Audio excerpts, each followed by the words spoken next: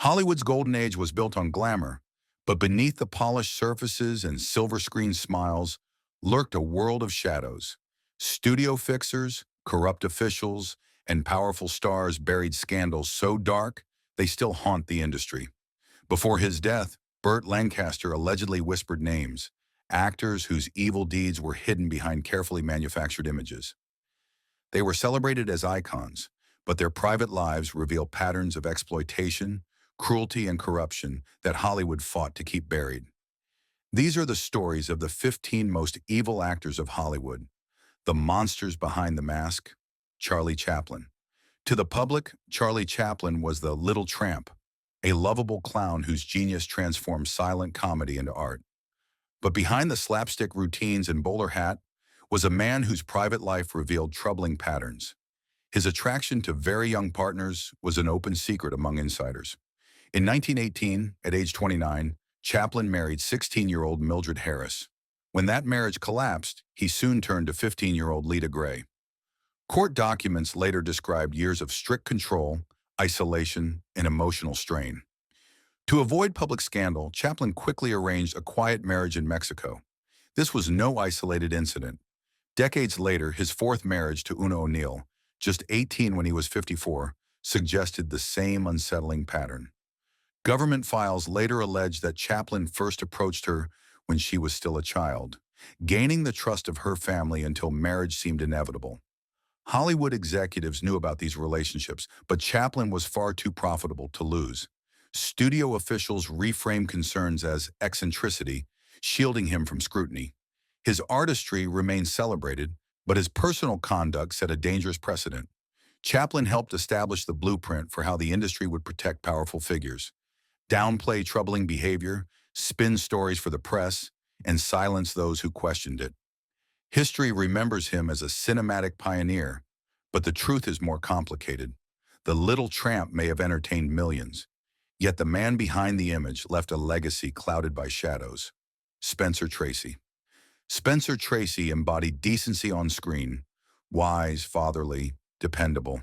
Audiences trusted him, but away from the cameras, Tracy lived under MGM's shield of secrecy. Executives even created the Tracy Squad, a private team of drivers and assistants whose sole purpose was covering up his behavior. Former employees recalled troubling incidents involving teenage Judy Garland. Tracy reportedly cornered her in dressing rooms, reminding her that resistance would end her career. When Garland later faced a crisis, MGM fixer Howard Strickling arranged a quiet medical procedure she never wanted, leaving her shaken for life. Studio notes suggest Garland was far from the only one pressured into silence. Other young performers endured similar threats, their careers dangled as bargaining chips. Tracy's darkness didn't stop there. His sudden outbursts unsettled entire sets. Co-star Irene Dunne once described how he whispered disturbing remarks during romantic scenes, blurring the line between acting and intimidation. Everyone knew, but Tracy was box office gold. His carefully cultivated father figure image made any accusation seem unbelievable to the public, no matter how credible it appeared privately. Behind the warm smile was a man protected by layers of influence. Hollywood didn't just overlook him, it built a narrative that erased uncomfortable truths. To millions, Tracy was America's moral compass, but behind the lights, he symbolized how corruption could hide in plain sight. His career wasn't just about talent, it was about how far the system would go to protect one of its stars. Clark Gable. Clark Gable was crowned the King of Hollywood, the ultimate symbol of masculine charm, but his throne was built on silence and fear. In 1935, during the filming of Call of the Wild, co-star Loretta Young disappeared for months. When she returned, she claimed to have adopted a baby, Judy Lewis. Only decades later did the truth surface. Judy was Gable's daughter, conceived under troubling circumstances that Young could not publicly reveal. Young remained silent for 60 years, knowing that speaking out would have ended her career instantly. She wasn't the only one silenced. Insiders later testified that Gable arranged private meetings with vulnerable women, often young actresses presented through studio scouts. MGM executives shielded him repeatedly. Unexpected pregnancies were handled with secret arrangements, hidden from the press. His involvement with Jean Harlow ended in a carefully managed marriage designed only to bury scandal. After Gable's death, private journals allegedly revealed hundreds of encounters, many involving coercion or intimidation. More disturbingly, he kept private notes rating women on appearance and willingness, reducing people to mere commodities. His preferred targets were those with troubled backgrounds, those least likely to push back. The public adored Gable as a dashing romantic hero, but that image was a facade carefully maintained by Hollywood's machinery. His so-called royal status wasn't earned through charm alone. It was secured by silence, manipulation, and institutional protection. The King of Hollywood wasn't ruling through talent, but through the industry's willingness to erase every shadow behind the crown. Errol Flynn. Errol Flynn was Hollywood's ultimate rogue, leaping from ship masts, dueling with charm, and captivating audiences with his reckless grin. Yet his private life revealed a far darker side, carefully protected by the studios. In 1943, two teenagers, Betty Hansen and Peggy Satterley, accused Flynn of misconduct. Their stories were disturbingly similar. Invited aboard his yacht, offered drinks laced with unknown substances, and left unable to defend themselves. Flynn reportedly even gave his concoction a name, the Flynn Special. Crew members later testified that this was not a one-time incident, but part of a recurring pattern. Weekend yacht parties often ended with girls leaving in tears, their experiences erased through intimidation and silence. Warner Brothers reacted immediately, throwing their full weight behind Flynn. The studio bankrolled his legal defense, while newspapers painted the teenagers as opportunists. Flynn's attorney Jerry Giesler pioneered aggressive courtroom tactics: discredit the accusers, force them into humiliating examinations, and spin their trauma as fabrication. Against these odds, the jury acquitted Flynn. Ironically, the scandal didn't destroy his image, it amplified it. Fans began to view him as a dangerous lover, mistaking predation for charm. The trial was a turning point, not only for Flynn, but for Hollywood. It established a chilling precedent that stars were untouchable if they were profitable. Flynn's charisma became his greatest shield, his courtroom performances another stage role. Behind the swashbuckling hero admired worldwide was a man who operated above consequence, his legacy a testament to how far the industry would go to protect its icons. Joan Crawford. Joan Crawford was cinema's icy goddess, her on-screen glamour a mask for the cruelty lurking beneath. Unlike others, she didn't rely on physical aggression. Her true method of control was manipulation. Crawford built a personal intelligence network, employing publicists and assistants to collect secrets about rivals. She compiled dossiers that could ruin careers with a whisper or a well-timed leak. Colleagues who crossed her often found themselves destroyed not by chance, but by her carefully calculated plans. Her cruelty extended to her own household. Adopted children. Christina and Christopher later described years of psychological torment. Crawford paraded them for photographers as proof of maternal devotion, then behind closed doors demanded absolute obedience, teaching fear instead of love.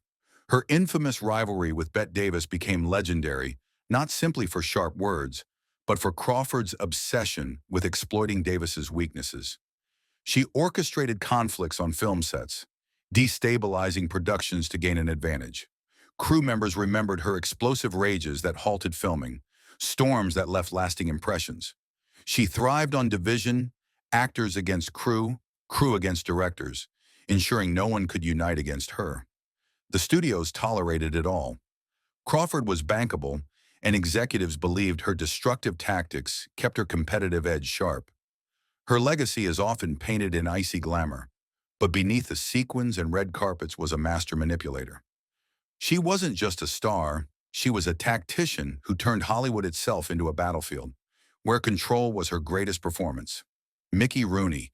Mickey Rooney was once America's sweetheart, a boy wonder whose energy and humor made him the highest-paid child star of his era.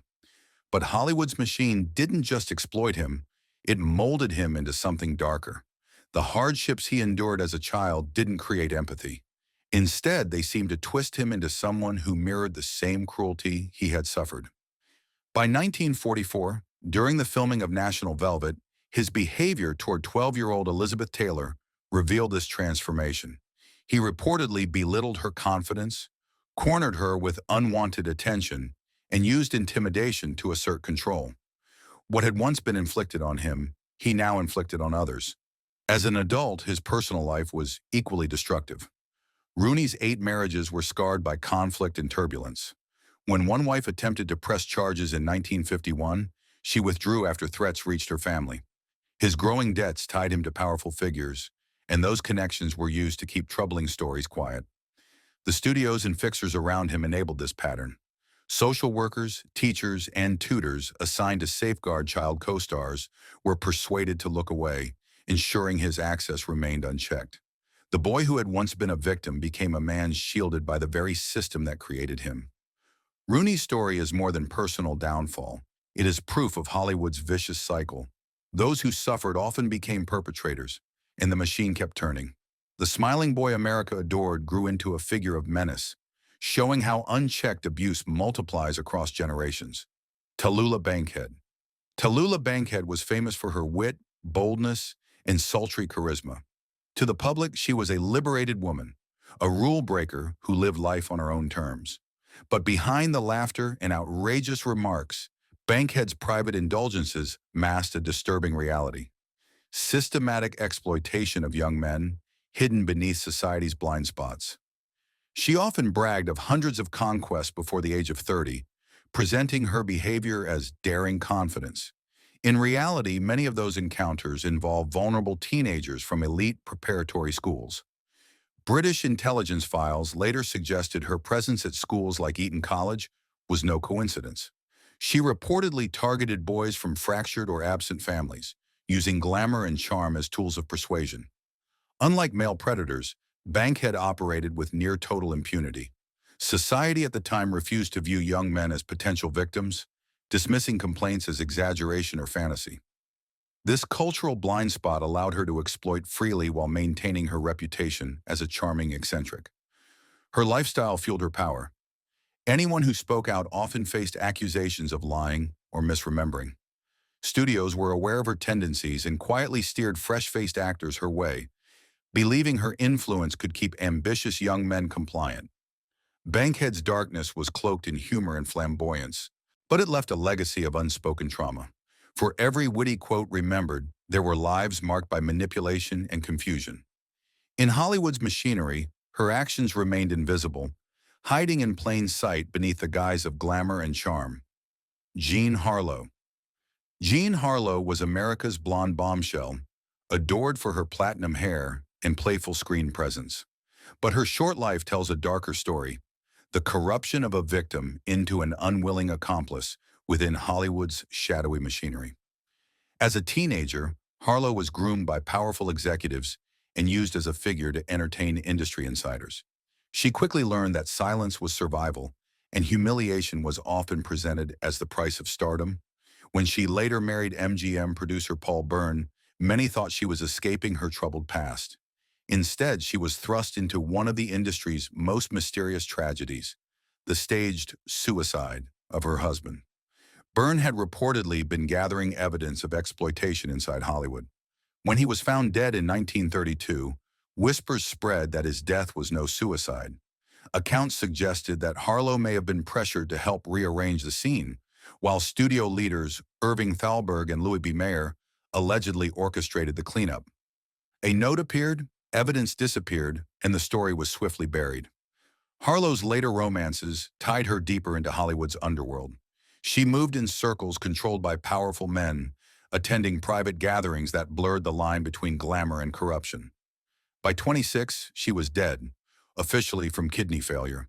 Yet even decades later, speculation persists that her death may have been linked to the pressures she lived under. Her tragedy was not just her early death, but her transformation. Harlow went from an exploited girl to a corrupted insider, proof of how Hollywood turned innocence into silence.